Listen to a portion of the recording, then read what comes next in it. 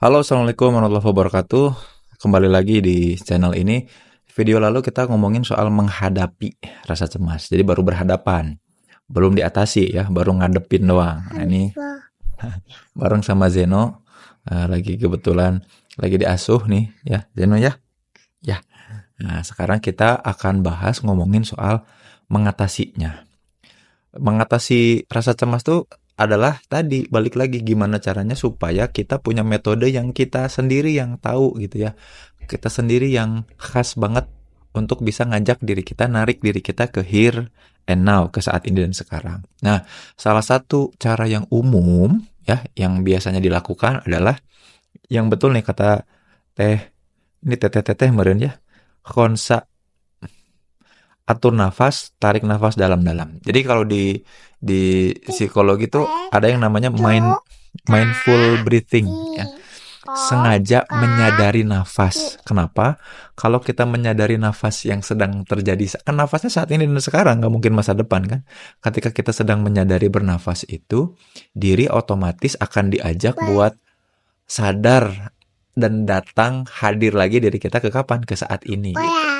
Jadi kalau coba aja teman-teman menyadari tiap nafas yang masuk. Jadi caranya tuh biasanya pejamkan mata, terus kemudian sadari betul tiap udara yang masuk lewat hidung, dihembuskan lewat mulut.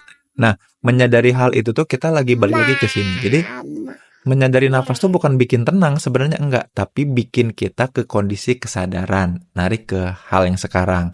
Nah, biasanya bukan cuman itu aja, tetap ya.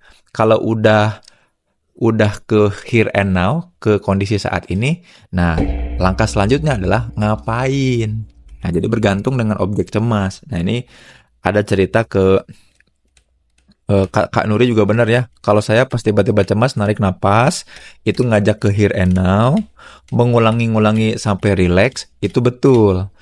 Tapi itu baru ngajak ke saat ini dan sekarang. Kan tetap harus diatasi ya si objek kecemasannya nih. Contohnya kalau ceritanya Mami Witmah, contohnya kalau anak kemudian demam, nggak turun-turun, Jumat, Sabtu demam, 2 hari nggak turun-turun, nah lalu khawatir, cemas, takut memburuk, lalu pikiran jadi traveling kemana-mana. Nah, mindful breathing dulu ya, mindful breathing dulu.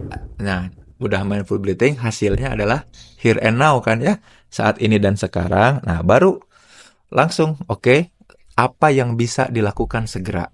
Kalau ternyata masih nggak kepikiran harus ngapain ya, kayak Kak Siti Rahe itu ya, kadang tiba-tiba jadi on, diem tanpa ekspresi apapun, ya memang buru-buru manggil orang, minta support gitu, ceritakan apa yang terjadi ya.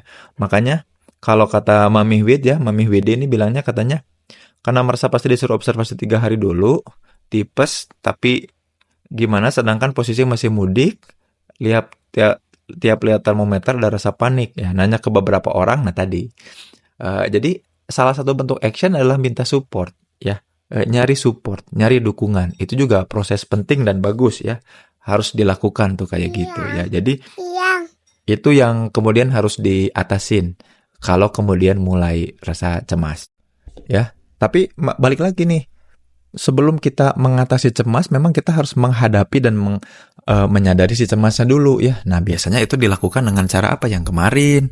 Ya, sadar bahwa kita tuh lagi mencemaskan sesuatu. Kalau udah tahu objek cemasnya, betul nih kata Kak Nuri ya, kata Kak Honsa, atur nafas, karena dengan begitu ngajak ke sekarang.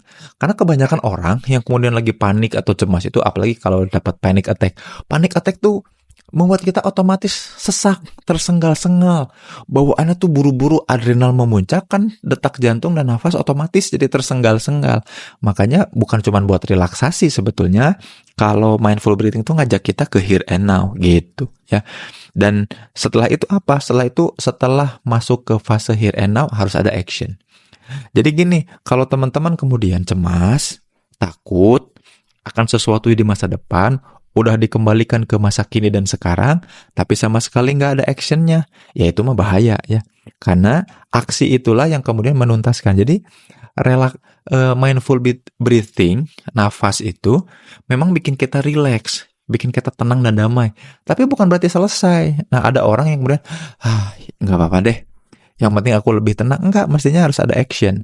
Salah satu action yang paling mudah dilakukan adalah nyari support biasanya.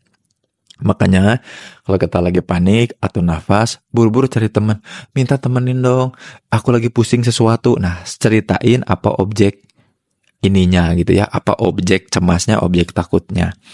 Nah, yang dilakukan Mami Widi betul ya, nanya ke beberapa orang untuk melakukan action apa, akhirnya nyadari lagi realitasnya, apa objek cemasnya, lalu nyari ke figur otoritas dan nyari rujukan. Itu betul, tepat ya. Nah, makanya ada dua cara untuk mengatasi, how to overcome anxiety atau cemas dalam melakukan itu. Cuman gini teman-teman harus tahu ada sebuah fenomena namanya social anxiety. Ada objek-objek cemas tertentu yang objeknya adalah keberadaan orang lain. Nah, ini seringkali tidak berlaku dengan tips yang tadi. Maksudnya gimana? Maksudnya gini kan, tipsnya adalah ajak ke here and now, pakai mindful breathing, menyadari nafas, udah gitu action. Kan gitu ya. Salah satu bentuk actionnya adalah, salah satu yang paling mudah adalah nyari support. Ngajak ngobrol orang, ketemu orang ya, ngajak orang, minta diajak sama orang, minta bantuan orang, ngobrol dan diskusi sama orang. Itu juga salah satu bentuk action yang mudah. Mudah itu buat orang-orang yang anxiety biasa, yang objeknya urusannya personal. Ada orang-orang yang punya anxiety ya, atau kecemasannya itu gara-gara orang lain. Nah, ini disebut dengan social anxiety. Justru kehadiran orang lain itu malah bikin dia cemas gitu ya. Nah, untuk kasus seperti ini apakah beda perlakuannya, beda tipsnya? Jawabannya iya. Ya, jawabannya adalah actionnya itu kemudian yang membuat diri kemudian menerima dan percaya lagi. Nah, ini yang kemudian PR banget dan perlu dilatih adalah kita punya kebiasaan untuk kemudian melakukan sesuatu yang hasilnya itu memang tidak menenangkan, tapi seenggaknya jadi karya gitu. Aku ulangi lagi ya. Kan kadang kita mau melakukan sesuatu supaya ada hasil dan senang gitu ya. Ini mah enggak, yang penting ada hasil aja. Walaupun belum tentu senang. Misalkan apa ya? Teman-teman pernah nggak sih membiasakan sesuatu yang sebenarnya itu kita nggak suka? Cuman karena aku kasih contoh apa ya? Jadi gini.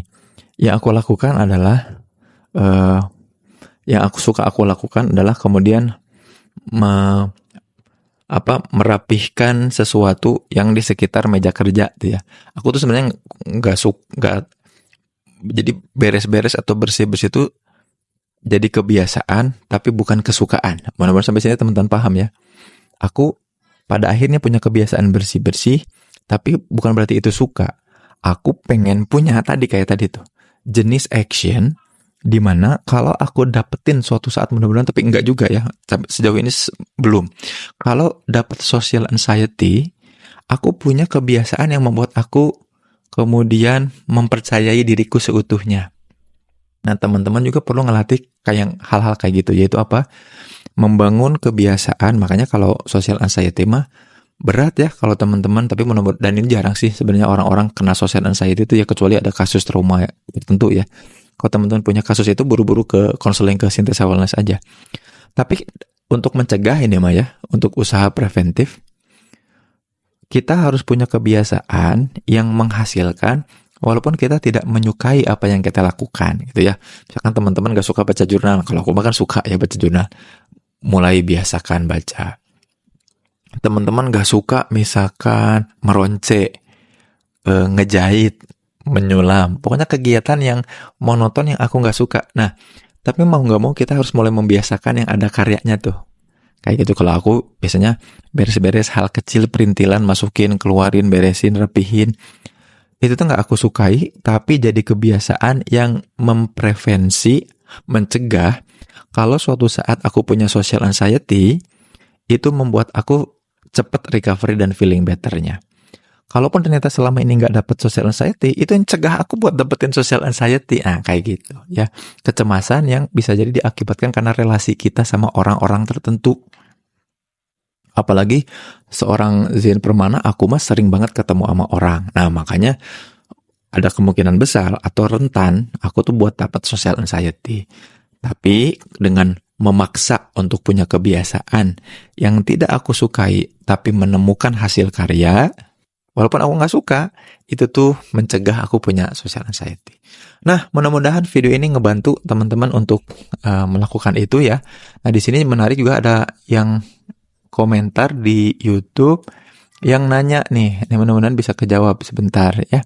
Bagaimana Kang kalau yang dirasakan saat ini justru tidak nyaman dan menyakitkan?